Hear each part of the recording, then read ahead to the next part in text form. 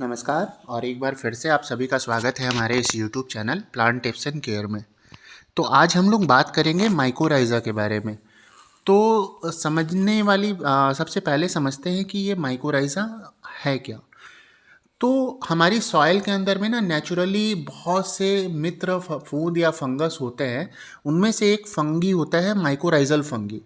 तो ये सॉइल के अंदर में नेचुरली प्रेजेंट होता है, बट बहुत से केमिकल फंगिसाइड वगैरह एक्सेसिव यूज़ करने के कारण ना ये दिन पर दिन एक्चुअली सॉइल से बहुत कमता जा रहा है। तो आजकल मार्केट में ये रेडीमेड माइकोराइजल फंगी भी अवेलेबल हो गया। वैम के नाम से आपको मिल जाएगा या एएमएफ के नाम से भी आपको मिल जाएगा। तो आप सर्च करोगे तो आपको ये मिल जाएगा। तो ये माइकोराइज़ा होता क्या है?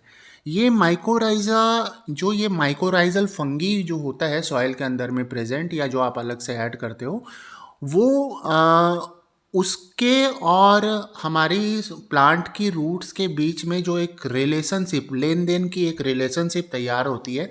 मतलब ये फंगी प्लांट को जो न्यूट्रिशन देता है और बदले में प्लांट से जो शुगर अपने खाने के लिए लेता है, वो रिलेशनशिप जो है वो रिलेशनशिप कहलाती है माइकोराइज़ा। तो पहले समझते हैं कि ये काम किस प्रकार करता है। तो जैसे आप अगर इसे अपने प्लांट की सॉइल में यूज़ करते हो, तो ये क्या करेगा, सबसे पहले आपके प्लांट की जड़ों के चारों ओर एक अपने आप को मल्टीप्लाई करेगा। तो अपनी एक जालीनुमा संरचना वहाँ तैयार कर लेगा। कुछ माइकोराइजल फंगी जो होते हैं वो क्या करते हैं कि प्लांट की जड़ों के अंदर तक एंट्री कर लेते हैं। मतलब बिना प्लांट की जड़ों को नुकसान पहुंचाए प्लांट की जड़ों के अंदर तक एंट्री कर लेते हैं और एक जालेनुमा आकृति, एक जालेनुमा संरचना प्लांट की जड़ों के चारों ओर तैयार कर लेते हैं। और उसके बाद में क्या करते हैं, ये प्लांट की सॉइल के अंदर में इधर उधर फैलना स्टार्ट कर देते हैं। मतलब एक जड़ों की एक जालेनुमा संरचना प्लांट की सॉइल के अंदर में चारों ओर तैयार करना स्टार्ट कर देते हैं। तो इससे अब ये जो संरचना तैयार कर देते हैं, तो इससे फ़ायदा क्या हुआ? ये तो मतलब अपनी संरचना तैयार कर लिया, अपने आप को मल्टीप्लाई कर दिया। तो ये किस प्रकार फ़ायदा पहुंचाते हैं? तो देखिए, जब हम लोग प्लांट के मिट्टी के अंदर में जो भी पोषक तत्व रहते हैं, जैसे फास्फोरस, खासकर बोरोन, जिंक, कैल्शियम, नाइट्रोजन वगैरह जितने भी ये सब कुछ पोषक तत्व है, फास्फोरस जैसे कि सबसे ज़्यादा इंपॉर्टेंट और सबसे ज़्यादा फास्फोरस इनटेक में ही ये मदद करते हैं ये फंगी। तो ये क्या करते हैं ना कि मान लीजिए जड़ों के आसपास, जो जड़ों की रीच तक जो न्यूट्रिएंट्स हैं, मान लीजिए फॉस्फोरस की ही बात करता हूँ, जड़ों की रीच जहाँ तक है, जड़ जहाँ तक पहुँच चुकी है वहाँ तक अगर कोई फॉस्फोरस पड़ा हुआ है, तो जड़ें क्या करेगी, उसे इंटेक कर लेगी और अपना यूज़ कर लेगी। बट जो सॉइल के अंदर में जड़ें, तो हर हर जगह तक आपने कोई प्लांट लगाया तो जड़ों को तो अंदर तक पहुँचने में एक समय लगेगा, एक वक्त लगेगा। तो ये फंगी क्या करेगा ना, पहले तो जड़ों को चारों ओर अपने आप को मल्टीप्लाई करके बहुत ज़्यादा क्वांटिटी बढ़ा लेगा और उसके बाद में मिट्टी के अंदर में जहाँ इधर उधर फैल जाएगा। और फैलने के बाद में क्या करेगा, मान लीजिए एकदम नीचे में अगर पॉट के एकदम नीचे में भी अगर कोई फास्फोरस पड़ा हुआ है, फास्फोरस का एग्जाम्पल देता हूँ, इसके अलावा ये नाइट्रोजन, जिंक, बोरोन, कैल्शियम वगैरह भी ये अच्छे से कलेक्ट करके प्लांट की जड़ों तक पहुँचाता है। तो मान लीजिए जड़ों पॉट के एकदम नीचे में भी कोई फास्फोरस पड़ा हुआ है, तो उसे भी ये वहाँ से खींच कर अपने अंदर लेकर उसे प्लांट की जड़ों के आसपास ले जाकर छोड़ देगा। या फिर अगर जड़ों के अंदर तक पहुँचा हुआ है ये माइकोराइजल फंगी, जो कि कुछ माइकोराइजल फंगी होते हैं जो कि प्लांट की जड़ों के अंदर तक पहुँच जाते हैं, तो जड़ों के अंदर तक डायरेक्ट छोड़ कर आ जाएगा उस न्यूट्रिशन को। और बदले में प्लांट जो फोटोसिंथेसिस के द्वारा अपना खाना तैयार कर रहा है ना, मतलब फोटोसिंथेसिस के द्वारा जो शुगर तैयार कर रहा है, कार्बोहाइड्रेट वगैरह तैयार कर रहा है, तो उसके अंदर से कुछ शुगर प्लांट तो अपनी सारी शुगर जो अपना खाना तैयार करता है पूरा अपने ऊपर में यूज़ नहीं करता है, उसका बहुत सा खाना वो जड़ों के माध्यम से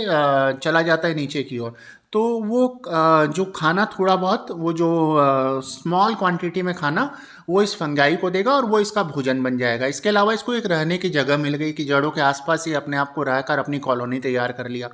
तो मतलब प्लांट को ये इधर उधर से खोज खाज कर phosphorus, nitrogen, calcium, boron, zinc, magnesium वगैरह कलेक्ट करके लाकर पहुंचा देगा। मतलब प्लांट को उपलब्ध करा देगा और बदले में प्लांट से शेल्टर ले लेगा और प्लांट से अपना भोजन भी कलेक्ट कर लेगा। इसके अलावा ये और क्या करेगा कि मान लीजिए आप गर्मी के दिनों में समझ लीजिए, गर्मी के दिनों में अगर प्लांट के अंदर में बहुत बार क्या होता है ना कि पानी की कमी हो जाती है, पानी देना भूल गए या फिर पानी आपने दिया भी बट तेज़ धूप में पानी इवोपरेट हो गया, तो वो क्या होगा कि अब ये पानी भी मतलब मान लीजिए एकदम पॉट के नीचे में पानी बैठा हुआ है, पानी पॉट के नीचे में सॉइल में है बट जड़ों के आसपास नहीं है, तो ये क्या करेगा ना वहाँ से पानी को भी खींच कर लाकर पॉट की जड़ों के आसपास, ये आप देखिए वीडियो में दिखा रहा हूँ मैं कि ये इस प्रकार दानेदार फॉर्म में है। मैं यूज़ करता हूँ माइकोरी के नाम से, धानुका का आता है।